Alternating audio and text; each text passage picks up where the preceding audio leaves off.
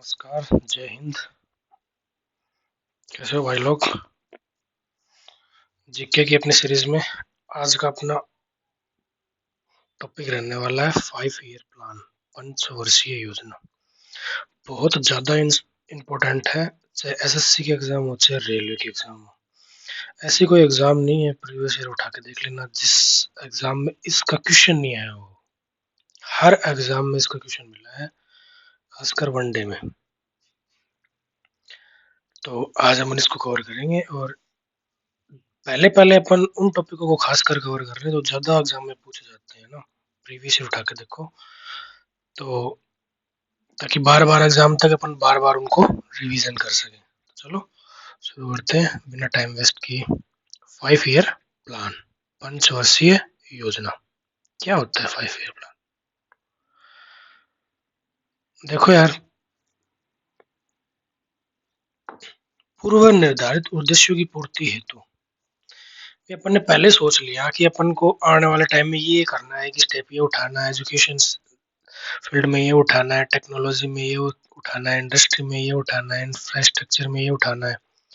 जो स्टेप होते हैं जो करने हैं आने वाले टाइम में, उनके बारे में पहले ही सोचना और अपने पास क्या सोर्सेस अवेलेबल है उसके रिगार्डिंग। जो सोर्सेस है उसके हिसाब से तो काम होगा ना। अब सोच ले अपन आगे के 50 साल का सोर्सेस आज अपने पास है नहीं, तो ऐसे तो काम होगा नहीं ना, ऐसे तो गवर्नमेंट चलेगी नहीं। तो पूर्व निर्धारित उद्देश्यों की पूर्ति हेतु जो गवर्नमेंट के पास सीमित सोर्सेस हैं, संसाधन है, उनका कुशलतम उपयोग किया जाना चाहिए। मतलब जो सोर्सेस है ना, जो संसाधन उपलब्ध है, उसका बेस्ट से बेस्ट यूज होना चाहिए। इसके बारे में प्लान बनाना, सोचना। आर्थिक समृद्धि हो, इकोनॉमिकल डेवलपमेंट हो, आर्थिक और सामाजिक असमानता को दूर किया जाए। जैसे मान लो आर्थिक है, एक आदमी के पास में तो कोई कमी नहीं है पैसों की, करोड़पति अरबपति है, दूसरे के पास में खाने के पड़े हैं।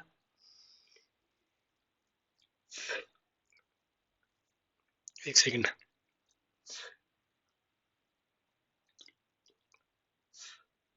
तो ये जो आर्थिक समानता असमानता है ना, कि एक के पास इतने हैं और दूसरे के पास कुछ भी नहीं है, इसको कम करना ये भी इसका उद्देश्य रहा है कि यार अभी जैसे 1970 चल रहा है तो उसमें ये चल रहा है, आज की सिचुएशन के हिसाब से ये डिसीजन लेते हैं, 90 में ये लेते हैं, 2000 में ये लेते हैं।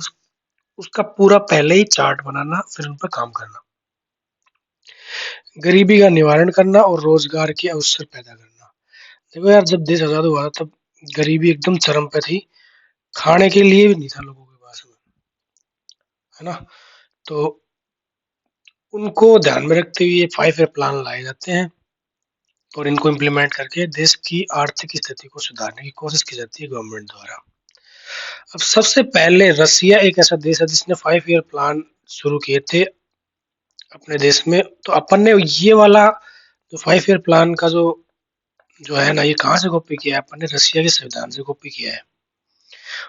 उनको उसके संविधान को पढ़ा, अपन को अच्छा लगा तो अपन ने उठा के अपने वाले में डाल लिया। ठीक है।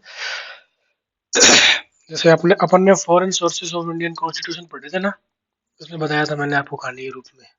अपन को किसी किसी की जो जो चीज अच्छी लगती है अपन अपने अपने घर में बना लेते हैं, वैसे ही। तो चलो शुरू करते हैं 5 ईयर प्लान। पहला 5 ईयर प्लान शुरू होता है 1951 से 1956 तक। फर्स्ट 5 ईयर प्लान 1 अप्रैल 1951 से 31 मार्च 1956 तक। 5 ईयर प्लान देखो यार, जो पार्टी सत्ता में होगी, जिसका शासन होगा, उसका जो प्राइम मिनिस्टर होगा ना, वही 5 ईयर प्लान इसका हेड होगा, इसका योजना आयोग का। एक एक्चुअली में योजना आयोग है। इसके बाद में 2014 में इसकी जगह नीति आयोग आ गया था, मोदी जी ने इसको चेंज कर दिया था। ठीक है। तो हेड तो हमेशा पीएम ही होंगे। जिस 5 ईयर प्लान में जो पीएम है वही इसका हेड होगा। ठीक है। अब पहला 5 ईयर प्लान में उपाध्यक्ष कौन थे? वो थे गुलजारी लाल नंदा, और हेड अध्यक्ष थे जवाहरलाल नेहरू, जो उस टाइम पे प्रधानमंत्री थे पहले भारत के। मॉडल पता नहीं कितनी बार एग्जाम में पूछा गया, पहला 5 ईयर प्लान का मॉडल कौन सा? हैरोल्ड डोमर मॉडल था। हैरोल्ड डोमर अभी क्या है मॉडल, मतलब भी क्या क्या करेंगे आने वाले टाइम पे, इसका जो एक चिट्ठा तैयार करता है ना, वो इस आदमी ने किया था, तो इसके नाम पे इसका नाम कर दिया। कृषि पर केंद्रित थी, प्राथमिक क्षेत्र पर, कि क्योंकि उस टाइम पे सिचुएशन देश की ऐसी थी कि खाने को नहीं था, तो और तो चीजें बाद में देखी जाएंगी, सबसे पहले खाने का बंदोबस्त किया जाएगा ना। तो सबसे पहले कृषि पर केंद्रित थी ये योजना, की भी सबसे पहले अपना प्रोडक्शन बढ़ाओ, ताकि देश के लिए खाने की नौबत ना आए कि भी खाने को नहीं है। इसी योजना में 5 आईआईटी की स्थापना की घोषणा हुई थी कि 5 आईआईटी बनेंगे, बने नहीं थे, घोषणा हुई थी। और 5 स्टील प्लांट बनने की भी घोषणा हुई थी, एग्रीमेंट हो गया था कि 5 स्टील प्लांट बनेंगे। फर्स्ट 5 ईयर प्लान में ही इसकी घोषणा हुई थी, बने 3 थे सेकंड 5 ईयर प्लान में। अभी आगे डिस्कस करेंगे अपन। और एक वेरी इंपॉर्टेंट है भाखड़ा नांगल परियोजना, व्यास परियोजना व्यास नदी पर, दामोदर नदी घाटी परियोजना दामोदर नदी पर। इन तीनों पर डैम बनने शुरू हो गए थे। नदी परियोजना का मतलब ही है ना, डैम ही होता है। कोई नदी जा रही है, उसके ऊपर डैम बनाना है, उसके पीछे झील बनेगी, और उस डैम से पानी छोड़ के टरबाइनों पे बिजली बनाई जाएगी, है ना। तो परियोजना का मतलब यही होता है, आप यहाँ से ही समझो बस। तो ये इनका काम पहले 5 ईयर प्लान में शुरू हो गया था, ये इनको भी आपको ध्यान में रखना है। आगे बढ़ते हैं, सेकंड 5 ईयर प्लान 1956 से 1961 तक। ये औद्योगिक योजना थी। अब पहली 5 ईयर प्लान में अपन ने खाने के लिए कुछ एफर्ट लगाए और पॉजिटिव भी निकले, तो सेकंड सोचा कि यार अब इंडस्ट्री के लिए कुछ करते हैं, ताकि देश का थोड़ा विकास हो। तो इसलिए उद्योगों पर थोड़ा ध्यान दिया गया इस 5 ईयर प्लान में। और उद्योगों पर ध्यान दिया गया, जो पहली 5 ईयर प्लान में जो अप्रूव हुए थे ना, वो 5, उसमें से 3 लगा दिए गए। भिलाई स्टील प्लांट छत्तीसगढ़ में, यूएसएसआर उस टाइम पे सोवियत संघ रूस था, उसने मदद की थी ये लगाने में। दूसरा दुर्गापुरा स्टील प्लांट पश्चिम बंगाल में, ब्रिटेन ने इसमें मदद की थी। और तीसरा था राउरकेला स्टील प्लांट ओडिशा में, इसमें जर्मनी ने मदद की थी। ठीक है। तो इनमें से भी कई बार एग्जाम में क्वेश्चन पूछा हुआ है, कौन सा स्टील प्लांट कहाँ है, कौन सी पंचवर्षीय योजना के तहत बनाया गया, किस देश ने उसकी हेल्प की। तो इम्पोर्टेंट बनता है भाई ये भी, तो इसको भी आप थोड़ा ध्यान में रखेंगे। और इसका जो मॉडल था ना, वो पीसी महालनोबिस था। ये भी पता नहीं कितनी बार आया हुआ है एग्जाम में, कि दूसरी 5 ईयर योजना पंचवर्षीय योजना किस मॉडल पर आधारित थी, तो प्रशांत चंद्र महालनोबिस इन पर आधारित थी। इन पर आधारित का मतलब ये है कि इनका मॉडल इन्होंने बनाया था, बस सीधी बात ये ऐसे समझ लो। थर्ड 5 ईयर प्लान 1961 से 1966, ये भी इम्पोर्टेंट है। अब ये इम्पोर्टेंट क्यों है, देखो यार, सबसे ज्यादा फेल योजना यही थी, ये फेल हो गई थी। जो बनाया कि भी ये अपन को काम करना है आने वाले 5 साल में, कोई भी रिजल्ट नहीं निकला, ये फेल थी। इसका मॉडल बनाया था सुखमय चक्रवर्ती मॉडल। अब आप, ये बनाने वाले का नाम है, ठीक है। अब ये मत समझना कि ये आदमी बेकार था, इसने खराब मॉडल बना दिया तो ये फेल हो गया, ऐसा नहीं है। इसके फेल होने के कई कारण थे, क्या थे देखो। सबसे पहले तो 1962 में इंडिया चाइना वॉर हो गया। अब किसी भी देश में, किसी घर में लड़ाई होती है, किसी देश में लड़ाई होती है, तो उस घर में लड़ाई होगी तो घर का विकास डेवलपमेंट नहीं हो पाएगा, अगर वो लड़ाई से दूर नहीं होगा तो। अगर किसी देश में लड़ाई होगी तो लड़ाई में पैसे लगते हैं भाई, जैसे ही हालत देख लो आज, 2 साल से ज्यादा हो गई युद्ध चलते हुए, है ना। तो इंडिया चाइना वार हो गया 62 में, इसलिए एक कारण तो ये था फेल होने का। दूसरा कारण था 1965 में इंडिया पाकिस्तान का वार हो गया, दूसरा कारण ये था फेल होने का। ठीक है। अब इसके अलावा कुछ अच्छे काम भी हुए देश में, अब वो क्या थे देखो। 1964 में बोकारो स्टील प्लांट, तीन, देखो पहले 5 ईयर योजना में 5 प्रस्तावित हुए थे, 3 तो बन गए दूसरी 5 ईयर प्लान में, चौथा बना ये यहाँ पे बोकारो स्टील प्लांट। कहाँ पर है, झारखंड में है, ये भी रूस की मदद से बनाया गया था। कंफ्यूज नहीं होना है, रशिया ने मदद की है, ब्रिटेन ने की है, जर्मनी ने की है। 3 सेकंड 5 ईयर प्लान में बने हैं, और ये एक थर्ड 5 ईयर प्लान में बना है 1964 में। ठीक है। 1962 में एक काम और हुआ, केंद्रीय भेड़ और ऊन अनुसंधान संस्थान। देखो यार, इंपॉर्टेंट ये भी है, इस इंस्टीट्यूट को बनाया था गवर्नमेंट ने 1962 में। ठीक है। अब कई बार यही पूछ लेगा एसएससी एग्जाम में, क्या पता पूछा भी होगा, मुझे तो अच्छे से ध्यान नहीं, लेकिन पूछ सकता है केंद्रीय भेड़ और ऊन अनुसंधान संस्थान कहाँ है, स्थापना कब हुई, ऐसा क्वेश्चन पूछ लेगा।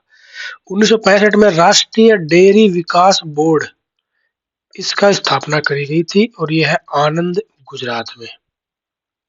देखो, एक तो राष्ट्रीय डेयरी अनुसंधान संस्थान है, वो तो है करनाल, हरियाणा में, और राष्ट्रीय डेयरी विकास बोर्ड, दोनों में अंतर है। ये 1965 में इसकी स्थापना कर दी गई थी और ये है आनंद, गुजरात में। कंफ्यूज बिल्कुल भी नहीं होना है। और एक और ऊपर से वो है ना, कहते हैं ना कि गरीबी में आटा गिला। 1965 में और 66 में पड़ गया अकाल, सूखा पड़ गया, बारिश हुई नहीं, तो यहाँ इंडिया में हालत खराब हो गई, खाने की नौबत आ गई फिर से। तो ये 5 ईयर प्लान सबसे ज्यादा फेल हो गया, सर्वाधिक फेल है। अब देखो यार, अपन क्या है कि चाहे इंसान हो, गवर्नमेंट हो, कुछ घर हो, राष्ट्र, देश, राज्य, कुछ भी हो, अपने अंदर कोई मजबूरी नहीं आती है तब तक अपन कई बार कुछ काम करते नहीं है। जैसे बोलते हैं ना, necessity is the mother of invention. Sorry भाई।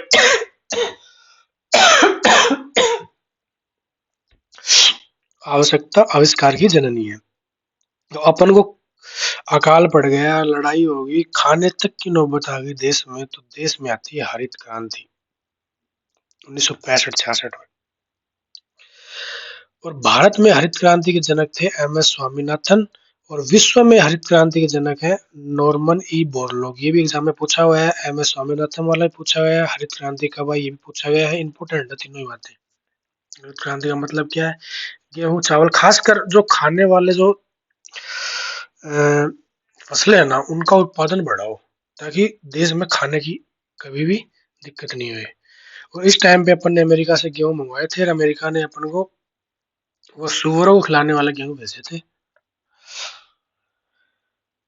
और पहली बार ऐसा हुआ कि इंडिया ने आईएमएफ से लोन लिया। जब देश हो, राष्ट्र हो, राज्य हो, उसकी आर्थिक स्थिति खराब होती है तो उसको लोन की तरफ भागना पड़ता है। तो पहली बार आईएमएफ से लोन किसने लिया, इंडिया ने लिया, इस सिचुएशन को देख के। ठीक है, इसके चलते हैं नेक्स्ट पार्ट पे। नेक्स्ट पार्ट है इसका, हाँ, अब हालत तो खराब हो ही चुकी थी, फाइनेंशियल कंडीशन वीक थी, तो अब आते हैं एक एक ईयर की योजना अवकाश बोलेंगे इसको। एक एक साल की योजना आती है, पहले 5-5 साल की योजना चल रही, 3 योजनाएं पूरी 5-5 साल की चली। उसके बाद एक एक साल की योजना आती है 1966 से 67, 67 से 68 और 68 से 69। 3 योजना एक एक साल की चली। इनमें कुछ खास ऐसा हुआ नहीं जो बहुत ज्यादा इंपॉर्टेंट है, एग्जाम में पूछा गया। टाइम पीरियड जरूर ध्यान में रखना आप कि योजना अवकाश कब हुआ था। 3 साल एक एक साल की योजना चली थी, और टाइम पीरियड के बारे में कई बार पूछा जा चुका है। चलो नेक्स्ट, चौथी पंचवर्षीय योजना 1969 से 1974 की, पूरी 5 साल की थी। कल परसों शायद मैंने एक मॉक टेस्ट किया था सीजीएल 2024 का, उसमें मेरे पास एक क्वेश्चन आया था, गरीबी हटाओ का नारा या फिर का मतलब वो नारा किस पंचवर्षीय योजना में दिया गया, तो चौथी पंचवर्षीय योजना में दिया गया। ठीक है, ध्यान में रखेंगे भैया। क्या ये बात सही है क्या, एक बार रुको, मैं मुझे डाउट है यार, मैं क्लियर कर लेता हूँ ये चीज।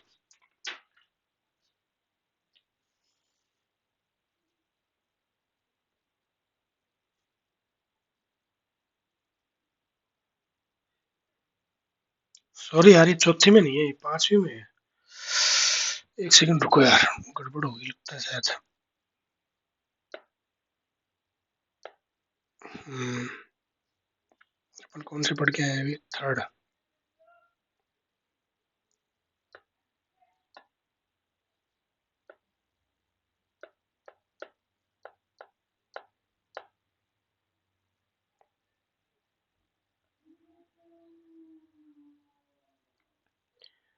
हाँ, ये गलत है इसमें, इसको आप थोड़ा करेक्शन कर लेना भाई। सीजीएल 2024 में आया हुआ है, गरीबी हटाओ का नारा कौन सी पंचवर्षीय योजना में दिया गया, 5वीं में दिया गया, चौथी में नहीं दिया गया। सॉरी यार। चलो आगे बढ़ते हैं। डी आर गोडगिल, सॉरी तो क्यों उठ गया यार, डी आर गोडगिल मॉडल पर आधारित थी और इस टाइम पे पीएम थी इंदिरा गांधी। बताइए आपको अब इस 5 ईयर प्लान में क्या क्या खास ऐसे काम हुए उनके बारे में जानते हैं। सबसे पहले तो 19 जुलाई 1969 को 14 बैंकों का राष्ट्रीयकरण किया गया, नेशनलाइजेशन। 14 बैंकों का नेशनलाइजेशन का मतलब ये होता है कि कोई भी बैंक है, कोई कंपनी है, उसका अधिकार गवर्नमेंट अपने अंडर ले लेती है ना, उसको बोलते हैं राष्ट्रीयकरण। ठीक है, तो 14 बैंकों को गवर्नमेंट ने अपने अंडर में ले लिया और राष्ट्रीयकरण कर दिया 1969 में। एक तो ये खास बात हुई इस पंचवर्षीय योजना के तहत। पूछ सकता है क्वेश्चन कि 14 बैंकों का राष्ट्रीय किया गया 1969 में, कौन सी पंचवर्षीय योजना में था। एक खास बात और थी, 15 अगस्त 1969 को इसरो की स्थापना कर दी गई। और एक वेरी इंपॉर्टेंट था कि 1971 में पाकिस्तान के साथ में वॉर, इंडिया पाक वॉर। ठीक है, इंडिया जीता था भाई। दुनिया के इतिहास में ऐसा कभी नहीं हुआ कि 93,000 93,000 पाकिस्तानी आर्मी ने सरेंडर किया था, घुटने टेके थे। कोई भी दुनिया का युद्ध उठा के देख लो, इतने ज्यादा सैनिकों को सरेंडर किसी ने नहीं करवाया। इंडिया ने करवाया था 1971 में। पाकिस्तान के 93,000 फौजी सरेंडर कर दिए थे। अपने देश की आर्मी के लिए सम्मान वाली बात है भाई। तो चलो आगे बढ़ते हैं। एक आई थी श्वेत क्रांति दूध उत्पादन को लेके, इसको बोला गया था ऑपरेशन फ्लड। आगे बढ़ते हैं। 5वीं पंचवर्षीय योजना। देखो यार, वो पहले वाला करेक्शन कर लेना, इसमें था गरीबी उन्मूलन, गरीबी हटाओ का नारा इसमें दिया गया था। कौन सी ऐसी पंचवर्षीय योजना है जिसमें गरीबी हटाओ का नारा दिया गया था। 5वीं पंचवर्षीय योजना सीजीएल 2024 में पूछा गया था। दिन मुझे याद नहीं है कौन सा है, लेकिन पूछा गया था। ये थी 4 वर्षों में एक समाप्त हो गई थी, 1974 से 1978 तक। दुर्गा प्रसाद घर मॉडल बनाने वाला ये आदमी था, इसी के नाम पे इसको नाम रख दिया, इसके मॉडल पर आधारित थी। अब इसमें क्या खास बात हुई, 1975 में पहली बार ग्रामीण बैंक की स्थापना करी गई और ग्रामीण बैंक में 50% शेयर केंद्र सरकार का था, 35% जो बैंक है उसका था और 15% जिस स्टेट में ग्रामीण बैंक है ना, रूरल बैंक है, उसका था। ठीक है, और पहला ग्रामीण बैंक यूपी में बना था। डिस्ट्रिक्ट तो मुझे ध्यान में नहीं आ रहा, लेकिन यूपी में बना था। आप इतना याद रखिए, इतने में अपना काम हो जाएगा। और 1978 से 80 तक रोलिंग प्लान आया था। पीएम थे मोरारजी देसाई। 2 ही साल की योजना थी, तो यहाँ भी आपको थोड़ा ध्यान में रखना है, टाइम पीरियड जरूर ध्यान में रखना है।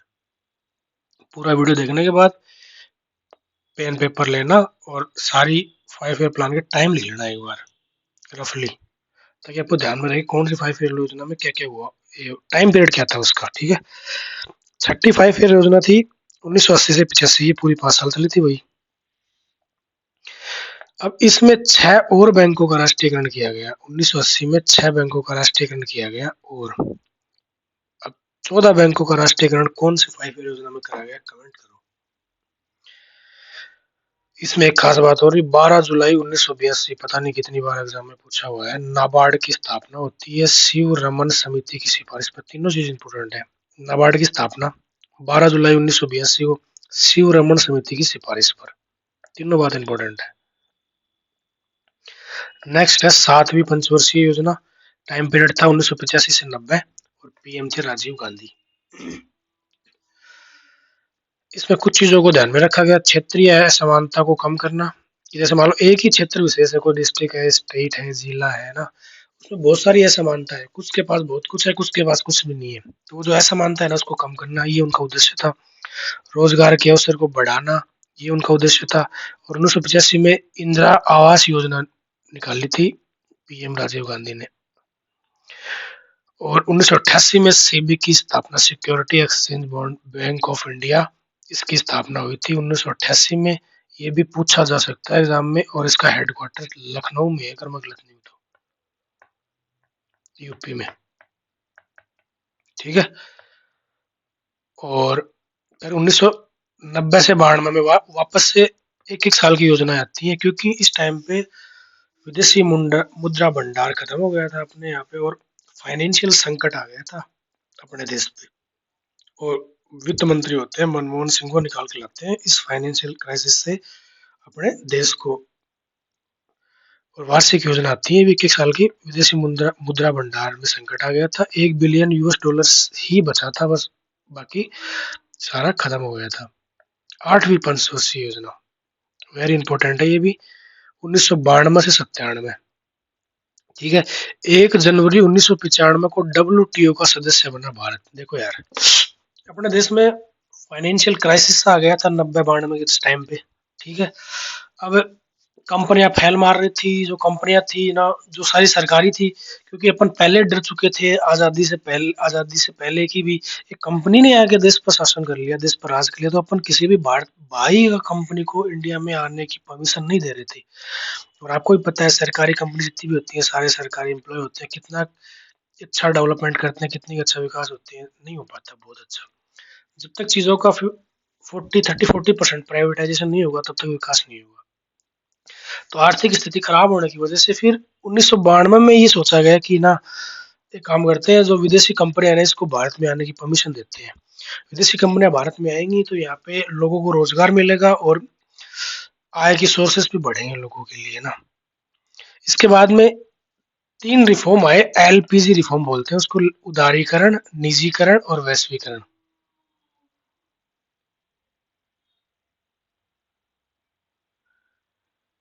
और इनके तहत है ना, बाह्य कंपनी को इंडिया में आने की परमिशन मिली और इंडिया में कंपनी आई, और उसके बाद से भारत ने वापस से ग्रोथ करना शुरू किया। और इसी के तहत देखो, अब बाह्य कंपनी को आने की परमिशन दी है तभी तो WTO का सदस्य बना है ना भारत, वर्ल्ड ट्रेड ऑर्गेनाइजेशन का, है ना। आगे बढ़ते हैं 9th 5 ईयर प्लान में। 9वीं पंचवर्षीय योजना 1997 से 2002, बीजेपी की सरकार थी, PM थे अटल बिहारी वाजपेयी, ठीक है। और इनके टाइम पे क्या क्या हुआ है ये और अपन डिस्कस करते हैं। 1997 में स्वर्ण जयंती रोजगार योजना। देखो यार, स्वर्ण जयंती क्यों नाम लिखा है इसका। देखो यार, जीके में अपने जो जो चीजें आती है ना, बहुत सारी बातों का अर्थ उनके नाम में छुपा होता है, क्वेश्चन में ही उसका मीनिंग छुपा होता है। स्वर्ण जयंती का मतलब क्या है, जब 1947 में देश आजाद हुआ है तो 97 तक है ना 50 साल पूरे हो चुके थे आजादी के, ठीक है। तो स्वर्ण जयंती बोला गया उसको। जैसे अपन बोलते नहीं क्या अभी, पहले गोल्डन जुबली, नहीं नहीं, सिल्वर जुबली, गोल्डन जुबली, ऐसे कुछ बोलते हैं शायद एनिवर्सरी को, मुझे ध्यान में नहीं आ रहा अच्छे से। तो उसी उसी उसी प्रकार 1999 में स्वर्ण जयंती ग्रामीण स्वरोजगार योजना, ये योजना आती है। बहुत ज्यादा इंपॉर्टेंट तो नहीं है, थोड़ी सी इंपॉर्टेंट, आप ध्यान में रखिए। स्वर्ण जयंती का नाम आते ही आपको क्लिक होना चाहिए माइंड में कि यार लगभग 50 साल के पीरियड में हुई होगी, तो 97 में हुई होगी, 98 में हुई होगी। PM थे राजीव वो अटल बिहारी वाजपेयी। 5 ईयर प्लान कौन सा था, 9th था, है ना। ये थोड़ा सा मूवी सी बननी चाहिए माइंड में, स्टोरी चलनी चाहिए ना। एक और इम्पोर्टेंट चीज हुई यहाँ पे, कारगिल युद्ध होता है 1999 में, पता ही है आपको, वो विक्रम बत्रा वाली मूवी आई थी ना, शेरशाह, है ना। तो वो इम्पोर्टेंट है ये भी। और इसी टाइम पे शायद परमाणु परीक्षण भी हुआ था एक, लिख लो भाई उसको भी, मैं लिखना भूल गया, परमाणु परीक्षण,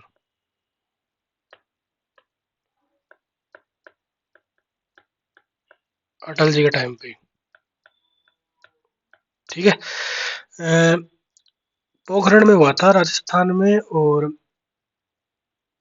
बड़ा दिमाग से खेला गया था इसके बारे में। इसमें कहानी है ना कि भी सैटेलाइट से अमेरिका देख रहा है कि कोई भी देश परमाणु परीक्षण ना कर ले, लेकिन न्यूज़ों में पहले ही ये चीजें अफवाह फैला दी गई, जैसलमेर पोखरण इस साइड में तूफान आने वाला है, और राजस्थान में पता ही है मिट्टी धूल वाला तूफान आता है तो कुछ दिखाई नहीं देता। तो अमेरिका को, इनको सबको लगा कि यार यहाँ पे तो तूफान आने वाला है, इसलिए उन्होंने ध्यान नहीं दिया सैटेलाइट पे, और अपन ने परमाणु परीक्षण कर लिया। और उसके बाद में अपन मतलब नेशनल लेवल पे, इंटरनेशनल लेवल पे घोषणा होगी कि भारत भी परमाणु संपन्न देश बन गया। और उसके बाद में अमेरिका ने भी बोला था कि हम मानते ही नहीं इंडिया को परमाणु संपन्न देश, क्योंकि इसने मतलब चालाकी से ये काम किया है। तो ये अटल जी का कारनामा है, उन्होंने किया करवाया था। और कारगिल युद्ध हुआ था 99 में। और एक ही इंपोर्टेंट पूछ सकता है कि ग्राम सड़क योजना कब शुरू हुई, सन 2000 में शुरू हुई, इंपोर्टेंट है भैया, याद रखेंगे, ठीक है। तो ये वाला सेक्शन कंप्लीट हो गया, 9 पंचवर्षीय योजना अपन ने पढ़ी। अब चलते हैं अपन 10वीं पंचवर्षीय योजना की ओर। आ जाओ भैया। 10वीं 5 year plan, 10th 5 year plan है 2002 से 2007 तक। आपको पता है 2 से 3 4 4 में फिर कांग्रेस सरकार आ गई थी। तो 2005 में आरटीआई एक्ट आता है, right to information. Very important है ये भी। आरटीआई एक्ट कब का है? तो 10वीं पंचवर्षीय योजना के तहत 2005 में। 2005 में मनरेगा एक्ट आता है, महात्मा गांधी रोजगार गारंटी योजना ना। और 2005 में भारत निर्माण योजना आती है, जिसमें सड़क बनाना है, सिंचाई है, आवास है, बिजली है, इन सब का काम करना है 2005 में। फिर 11वीं पंचवर्षीय योजना आती है 2007 से 2012 तक, समावेश एवं सतत विकास।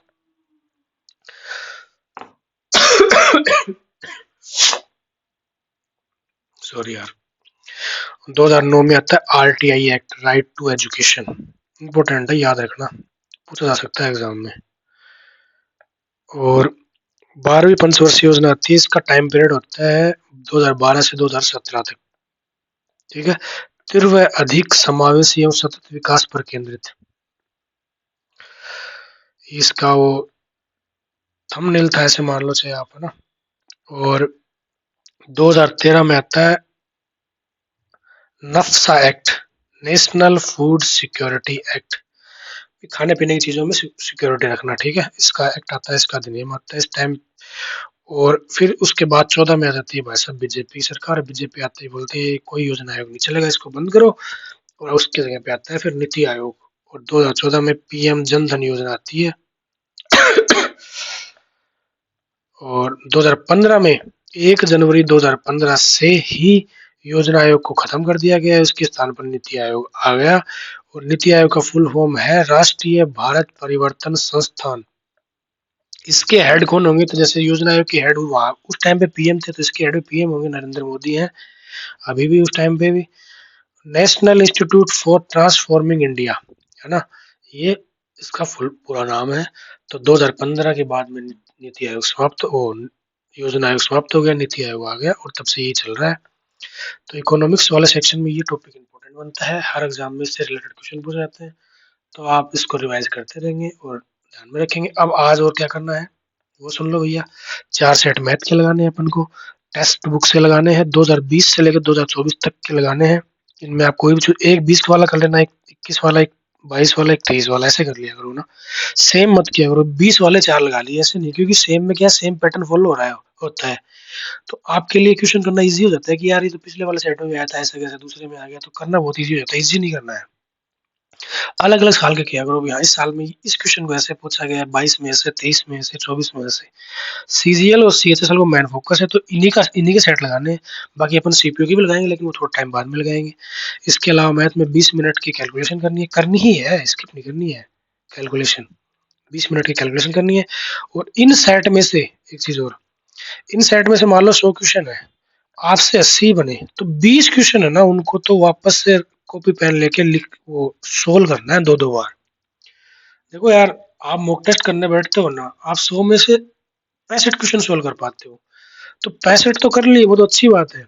लेकिन जो 35 नहीं किए ना, या फिर उनमें से 10 गलत हो गए, 25 नहीं किए, 10 गलत हो गए, उन्हीं के पीछे पड़ जाओ बस। जो नहीं आ रहे उन पर ज्यादा फोकस, जो गलत हो रहे उन पर ज्यादा फोकस, आ रहे हैं वो तो आ ही रहे हैं ना, उन पे। और अब इंग्लिश में क्या करना है? एडिटोर सॉरी यार, इंग्लिश में एडिटोरियल प्लस उसकी वो कैब, एडिटोरियल इंग्लिश माध्यम से पढ़ना है, एडिटोरियल। और इसकी वो कैब और उसकी समरी भी पढ़नी है, और उसके नीचे दिए गए 25 क्वेश्चन एसएससी फॉर्मेट में वो भी करने हैं। अब अपन रूट वर्ड अपने खत्म हो चुके हैं। अब आज से अपन शुरू कर रहे हैं वन वर्ड सब्सटीट्यूशन। 30 वर्ड याद करने हैं आपको, 30 ही इडियम याद करनी है। पैराजम्बल 10 के प्रैक्टिस सेट लगाने हैं, आप लगा लेना। पिनाकल की बुक है मेरे पास, तो 6 एडिशन उसमें से है ना, मैं लगाऊंगा। आप इसमें से, आप किसी आपके पास जो बुक है वो उसमें से लगा लेना, 10 पैराजम्बल के क्वेश्चन बस पर डे। 30 वन वर्ड और 30 ईडीएम लगाने हैं, और वो ब्लैक बुक से लगा रहा हूँ मैं तो। और वो पहले लगाने जो एसएससी में पूछे गए हैं, तो आप उन पे फोकस करो। हालांकि ब्लैक बुक में वो भी दिए गए हैं जो एसएससी के अलावा किसी और एग्जाम में पूछे गए, लेकिन उन पे आप फोकस बाद में करना। लेकिन पहले जो आए हुए हैं एसएससी के एग्जाम में, उन पर ज्यादा फोकस करना प्रीवियस ईयर पे। ठीक है, आज के लिए इतना ही। जय हिंद, जय भारत। मिलते हैं कल।